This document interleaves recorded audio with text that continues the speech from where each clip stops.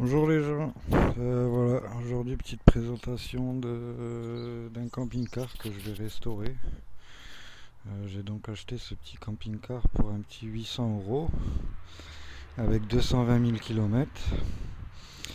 Et donc voilà l'état, je vais essayer d'éviter de montrer la plaque, ce qui paraissait pas bien.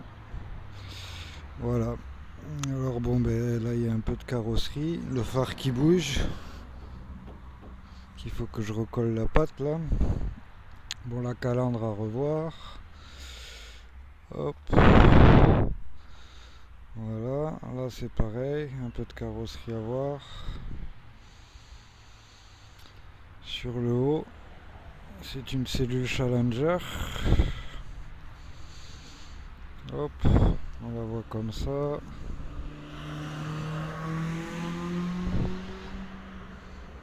Donc voilà, il y a pas mal de boulot déjà en extérieur, mais en extérieur ça va quand même pas trop mal. Les bas de caisse.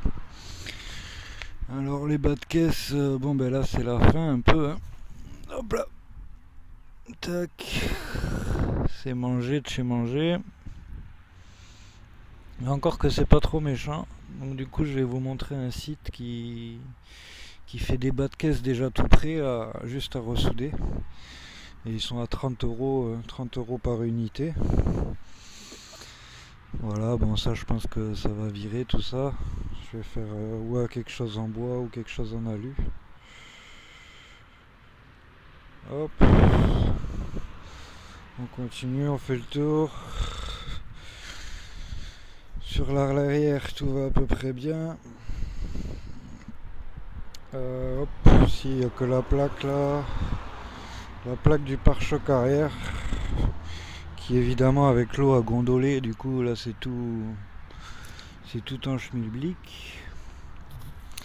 Je vais vous montrer le toit. Alors j'adore les bricoleurs, mais les bricoleurs faut arrêter de bricoler, hein, parce que si c'est pour faire de la merde comme ça là, c'est pas la peine.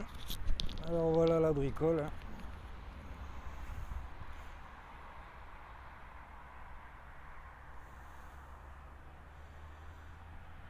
Il y a du goudron. Comment vous dire, il y a du goudron mélangé à du mastic, mélangé à de tout là-dedans là. Je sais pas trop ce qu'ils ont voulu faire.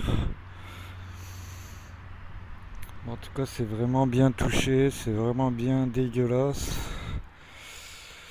C'est de la bricole de merde. Voilà. Donc bon, ben, tout le toit. Donc bon, tout le toit, j'ai tout à enlever et tout à refaire. On va continuer. Là, on arrive sur le côté. Bon voilà, hein, une belle tache là de rouille. Mais vu que je vais repeindre, c'est pas méchant. Cette barre. Par contre, maintenant, on va passer au pire. Enfin, quoi que là, déjà, on a déjà l'aperçu. Hop là. On va arriver dans la cellule. C'est le pire. Alors, déjà, la porte est toute dégueulasse là. Il y a tout à repeindre. On va rentrer dedans. Hop là.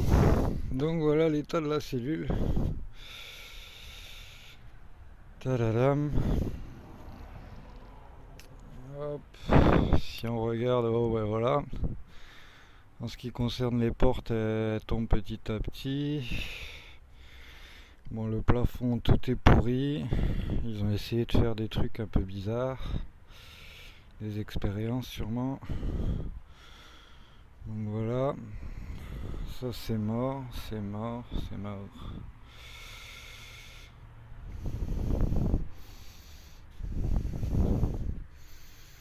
Bon, après tout l'équipement est fonctionnel et est prêt à repartir, mais bon, il faut tout refaire quoi. Hop.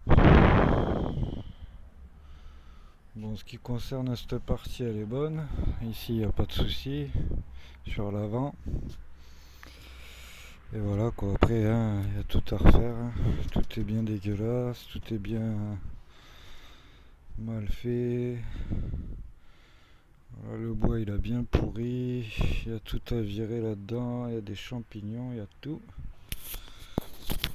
La salle de bain, Bon ben voilà quoi, bam bam bam.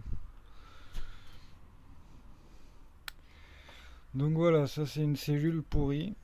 Et du coup je vais vous faire un tuto et je vais vous faire des vidéos petit à petit pour vous montrer comment un charpentier mécanicien aussi va refaire entièrement ce camping-car. Du coup je vous ferai des vidéos sur la restauration de la cellule, sur la restauration mécanique pour apprendre à faire des embrayages, des distributions, changer des cardans, parce qu'il y a pas mal de boulot. Là on arrive ici. Hop. Bon ben la partie avant, un tableau de bord de J5. Après là c'est à peu près propre, il n'y a pas de... Il y a juste un peu de scotch sur le truc pour pas qu'il colle. Mais voilà quoi, un bon nettoyage, peut-être un peu de peinture. Mais dans l'ensemble ça reste propre. En ce qui concerne la mécanique, je l'ai récupéré avec un alternateur qui ne rechargeait plus. Donc j'ai juste changé le régulateur pour 15 €. Du coup j'ai changé le régulateur de l'alternateur et ça va vachement mieux.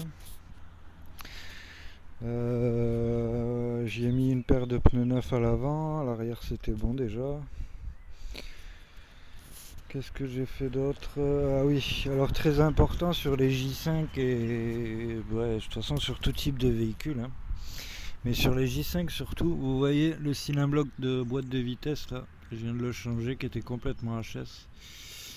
C'est super important en fait parce que déjà du fait que ça va pas, ça le fait pas bien, mais en plus de ça, comment vous dire, c'est comme si vous forciez sur la vitesse en permanence, comme si par exemple vous passez la quatrième et vous restez en poussée sur la quatrième. Donc c'est comme si vous forciez sur les vitesses, le truc qu'il faut pas faire. Il faut même savoir que sur un pommeau de vitesse il faut même pas poser la main. Poser la main sur un pommeau de vitesse c'est très mauvais pour la boîte de vitesse. Vous pouvez poser deux doigts à la limite comme ça, juste manière quoi, mais faut jamais poser la main sur une boîte de vitesse quoi. J'ai refait le parallélisme à la main parce que ça se fait. Les essuie-glaces et ouais, voilà, pour l'instant il n'y avait pas grand chose d'autre à voir. J'ai fait une vidange. J'ai mis des produits pour soi-disant qui réparent les joints, qui réparent un peu le moteur. J'ai mis ça dans la boîte et dans le moteur un peu pour voir si ça peut faire un effet. A priori ça a l'air pas mal. Prochainement je vais regarder les poussoirs si c'est des poussoirs hydrauliques ou comment dire, s'il faut régler les queues de soupape pour enlever un peu le jeu. Mais voilà quoi. Et ensuite je vais attaquer l'embrayage, les soufflets de cardan, changer les freins. Ah oui, je viens de changer l'échappement aussi qui était complètement HS. Là il y en a un beau morceau tout neuf pour 30 €. Voilà, 30 € l'échappement neuf. Le ciblin bloc je l'ai payé 20 balles, 120 € les deux pneus. Bon, ça commence à investir quoi, mais on va le refaire à neuf le bordel. Et voilà quoi. Donc si vous voulez voir un peu ce qui va se passer après, ouais. Essayez de vous abonner et de liker tout ça, de partager la vidéo. Mais vous verrez au fur et à mesure la restauration là, un charpentier comment il va vous restaurer ça là. Je vais me faire un truc propre et léger. Et voilà quoi, et en fait ce qui serait top c'est que vous vous abonniez le plus de monde possible parce que toute vidéo YouTube à partir de 4000 abonnés elle peut être monétisable. Alors du coup si j'ai 4000 abonnés et un petit million de vues, j'ai de quoi le refaire à neuf et d'en acheter un autre et tout ça quoi. Ça fait pas mal de lové, pas mal de sous. Donc ouais, si vous pouvez me filer un petit coup de main comme ça en vous abonnant et puis en même temps vous aurez des tutos mécaniques, des tutos sur la restauration d'un camping-car. Et voilà quoi, un petit 4000 abonnés, un petit million de vues et ce serait sympa ça.